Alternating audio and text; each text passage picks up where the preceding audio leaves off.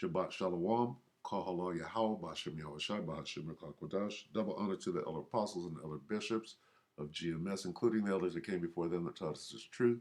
Shabbat Shalom and salutations to all the brothers out pushing the word in truth and in sincerity, the hopeful elect tabernacle of David. All right, so it's been on my spirit, right? The spirit kept telling me the last few days, you have to speak more about Yahushai coming back. Because usually I'm keeping up with I'm keeping up with the current events, right? And Yahushua coming back is a current event, all right? So we're gonna start right here. And there's a particular picture that I'm gonna bring out that's been actually on my spirit to expound upon. So this is Acts 1, and we'll start at 6. The ascension, when Yahushua is going back to the spirit world after he was resurrected, all right? So when they came together, they asked him, so Lucky, let me get the KJV. Bear with me because this is in the spirit. I don't have anything planned except for what I know I'm going to speak on. So when they came together, they asked him, Lord, will you at this time restore the kingdom to Israel?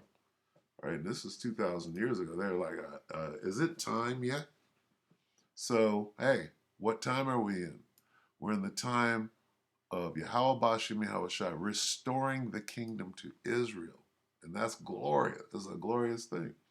Yahushua replied, it is not for you to know the times or the season that the Father has fixed by his own authority, but here we are, you will receive power. We're in that time. In the time of the Most High restoring the kingdom, it's going to require power, even from us foot soldiers. But you will receive power when the Holy Spirit comes upon you, and you will be my witnesses in Jerusalem and in all Judea and Samaria and to the ends of the earth. All right, and what I'm setting up here, the reason I read that is because this describes his leaving. And after he had said this, this is still the Berean, Salakia. You know what, I'm going to read it. After he had said this, they watched as he was taken up, and a cloud hid him from their sight. All right, them chambers. He went up into the, hide yourself as it were for a moment. Right? That's, because when you read this in the KJV, it doesn't say hide. Hide yourself as if it were for a moment, right? Meaning come up into that ship, right? Hid from their sight. He got beamed up. They were looking intently into the sky, right? As he was going in that ship, when suddenly 2 men dressed in white stood beside him, those angels. Men of Galilee, they said, why do you stand here looking into the sky? This same Yahushua who has been taken from you into heaven will come back in the same way you have seen him go into heaven, okay? All right? Now, that's him leaving. Now let's get him coming back, all right?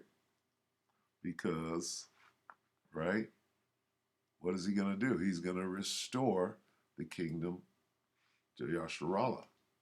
So let's get that. Let's get him coming back. This is Revelation 1.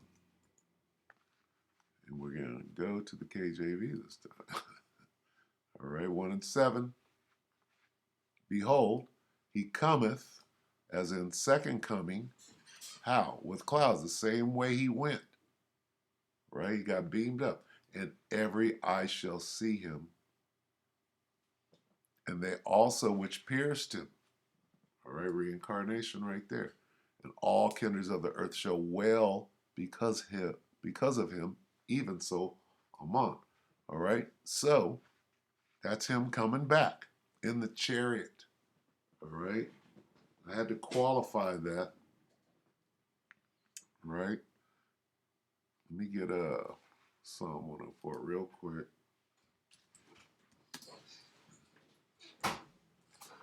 to qualify those clouds, all right? Psalm 104:1, bless the Lord, O my soul. Lord, my power, thou art very great. Thou art clothed with honor and majesty, who covers thyself with light as with a garment, who stretches out the heavens like a curtain, who layeth the beams of his chambers in the waters, who maketh the clouds his chariot. So when he got taken up into that cloud and was hid for a moment, hide thyself as it were for a moment, he went up into that chariot. That cloud is that chariot, who walketh upon the wings of the wind. Hide thyself, as it were, for a little moment. Isaiah 26:20. Come, my people, enter into thy chambers and shut thy doors about thee. Hide thyself. Yahushua hid himself, right? Hide thyself, as it were, for a little moment until the indignation be overpassed. What is that? That's going into that chariot. Come up hither. Okay? Revelation 11:12. Bear with me, this thing's switching up on me. And they heard a great voice from heaven saying unto them, come up hither. And they ascended up to heaven in a cloud, and their enemies beheld them. Okay? So we're dealing with hide yourself where? In that cloud, which is a chariot. All right? A glorious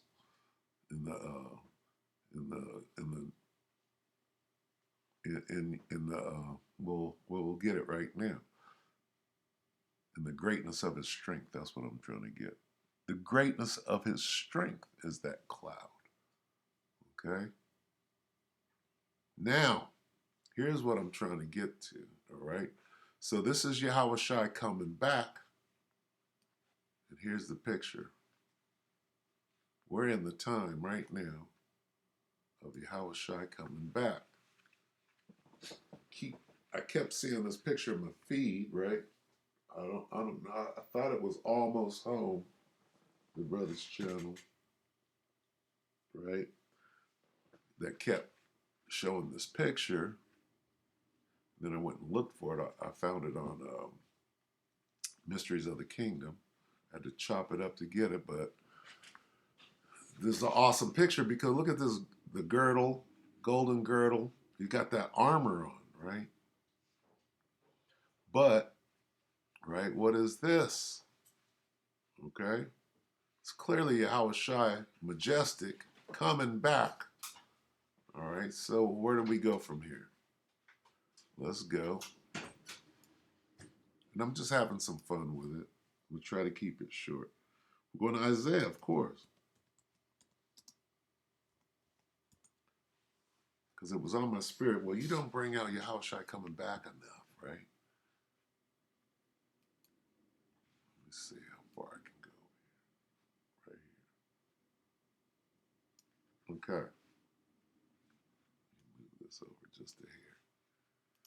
Okay, so Isaiah 63:1. Who is this that cometh from Edom with dyed garments from Basra? See that? Dyed.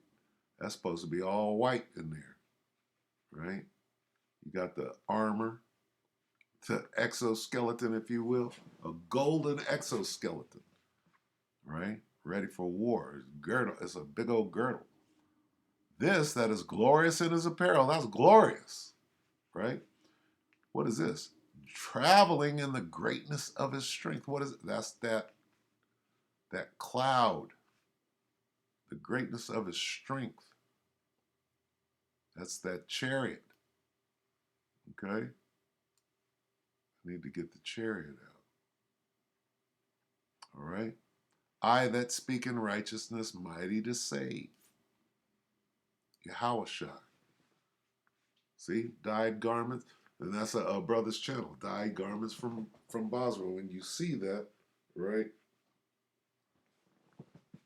That's where he got it. Dyed garments from Basra. Right? And that's the spirit. So anyway, this awesome and glorious picture. This is Yahweh Shai glorious in his apparel. Right? In that chariot. Okay? Now, we read on. Wherefore art thou red in thine apparel, and thy garments like him that treadeth in the white? Why you got blood all over you? This is what's so awesome about this picture, because it's telling the story, right? And then he answers the question. I, Yahushai, have trodden the winepress alone, and of the people there was none with me, for I will tread them in my anger and trample them in my fury, and their blood. Here's the answer. Why you all red? Their blood shall be sprinkled upon my garments, and I will stain all my raiment. Well, there it is. Why? Why this blood? For the day of vengeance is in my heart, and the year of my redeemed is come. This is what's going to happen when Jesus Christ comes back to hand out daisies and make everything okay for everybody, for the true believers. No. Nope. What is this? Vengeance. What's that? What about that vengeance? What is that about? That vengeance is very, very, very important. Okay?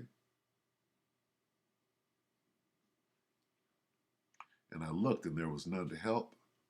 He was alone. And I wondered that there was none to uphold. Therefore mine own arm brought salvation unto me, and my fury it upheld me. And I will tread down the people in mine anger, and make them drunk in my fury, and I will bring down their strength to the earth.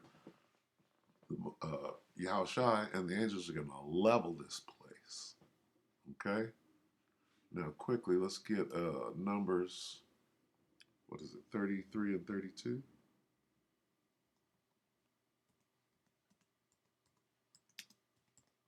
I think it's 33. Let's see. 32. Sprinkled, right? Where is it? Is it 32 and 33?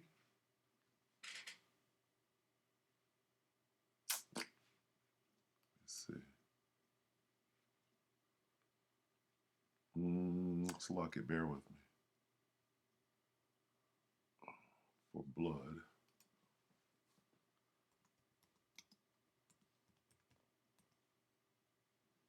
$35 and 33. Salakia.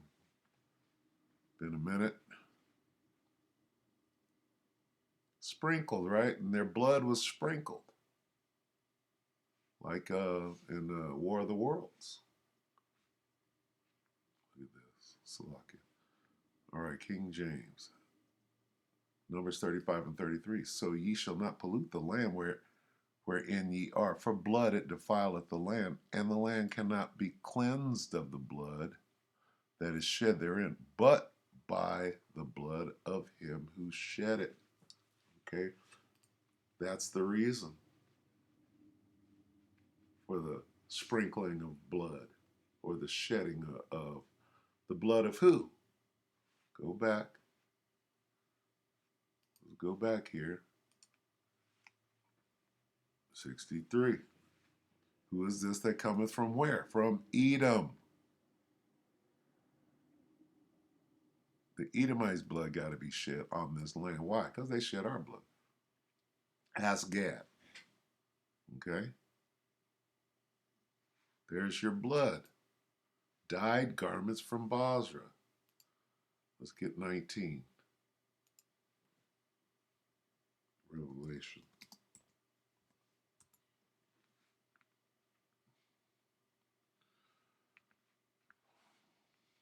Let's read it from the top. The rider on the white horse. We got to get some Salakia. Bear with me for a minute. Got to get. Shout out to the brother Azam Mawaf.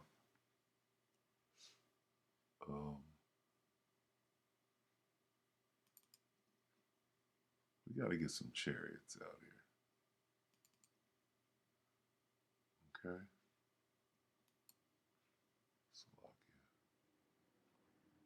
Bear with me. Yeah. All right. Slovakia. All right. Let's get some chariots. Because pictures help tell the story. This is an ancient picture of a chariot and its rider, if you will. Now let's read this. And I saw heaven open, and behold, a white horse, and he that sat upon him was called Faithful and True. And in righteousness he doth judge and make war. This is a war chariot. Okay, right there is pulling an extraction. Right here, that's war. A war chariot. Look. Okay? That's the white horse. Okay? And here's how he's coming back in that cloud. His eyes were as a flame of fire, and on his head were many crowns, and he had a name written that no man knew but he himself, and he was clothed with a vesture, his clothing, dipped in blood, and his name is called Yahweh Bashem Yahushua, the word of the Most High, a vesture dipped in blood. See that? Wherefore art thou red in thine apparel? Okay?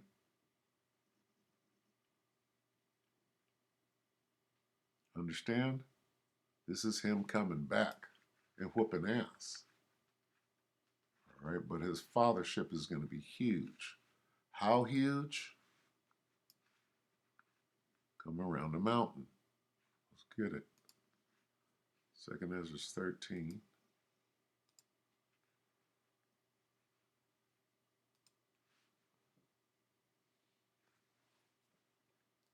Start at 3. And I beheld, and lo, 2nd Ezra 13 and 3, and I beheld, and lo, that man waxed strong with the thousands of heaven, traveling in the greatness of his strength. See that word strong? Strength. That man waxed strong with the thousands of heaven. How did he wax strong? Look at that power. Strength is power, right? With the thousands of heaven. That's the angels. Right? Let's get the angels. Well, Slovakia. Let's see. Where's the angels at? These are the angels. Where's the angels? You know what I'm saying. Let me see. There's the angels right there. That man waxed strong. That's the devil. That's Satan and his angel. That's the angels. That's Michael and his angels. Okay? And I beheld, and lo, that man waxed strong with the thousands of heaven. When he turned his countenance to look, all things trembled that were seen under him. Okay?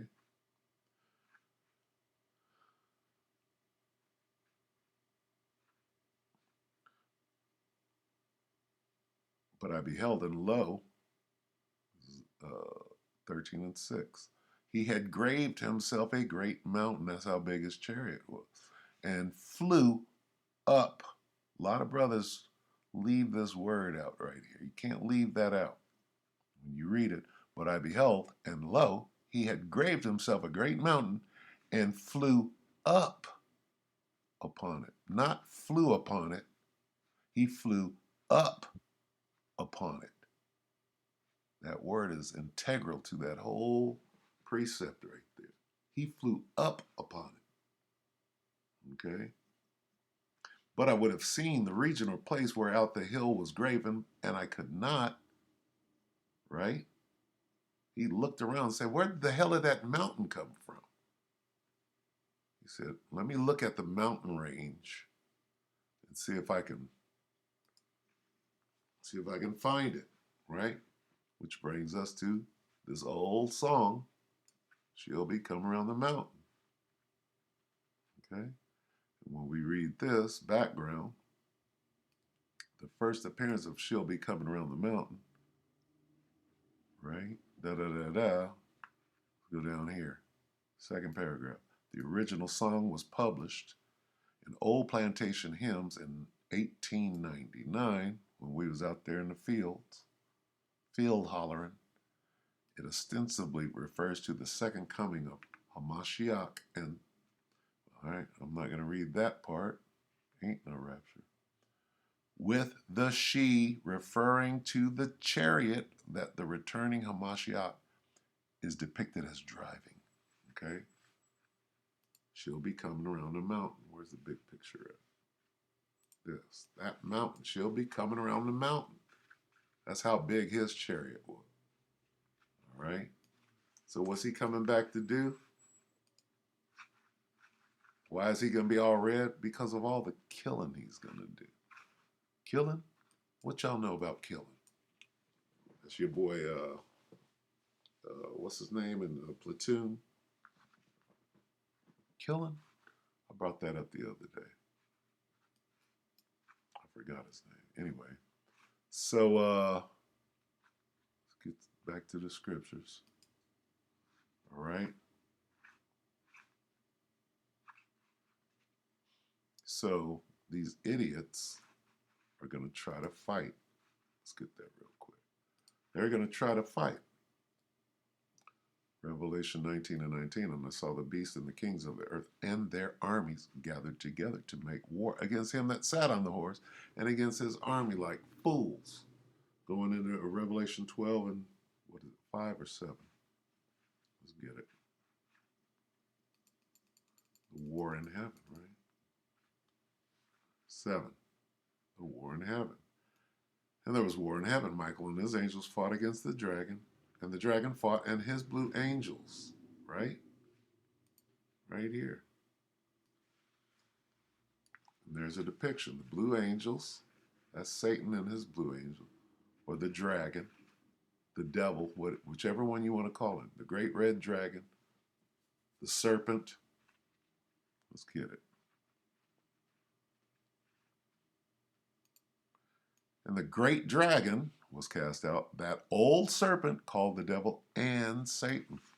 Which one do you want to call him? Okay, this is Michael and his angels. Michael and his angels fought against the dragon. There's Michael and his angels. There's the dragon. What other names does the dragon have? The great dragon, that old serpent called the devil and Satan, which deceiveth the whole world. Well, there he is. Okay. And the dragon fought and his, what? Blue angels. Right there. The Navy. All right. Now let's go back. Go back where? Let's go back to the blood. And not even blood. All right.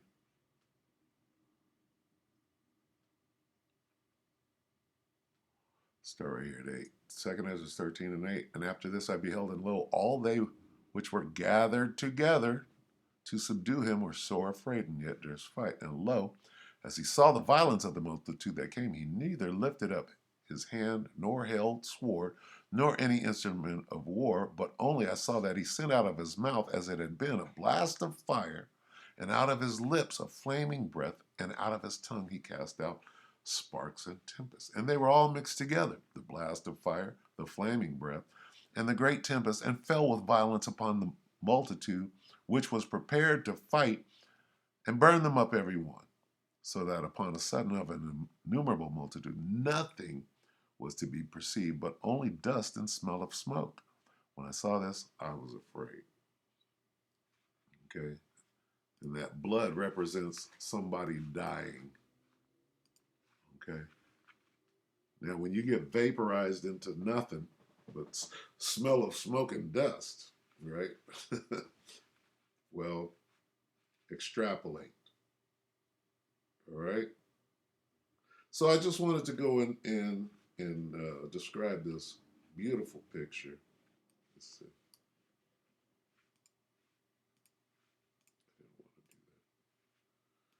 I wanted to describe this beautiful picture here.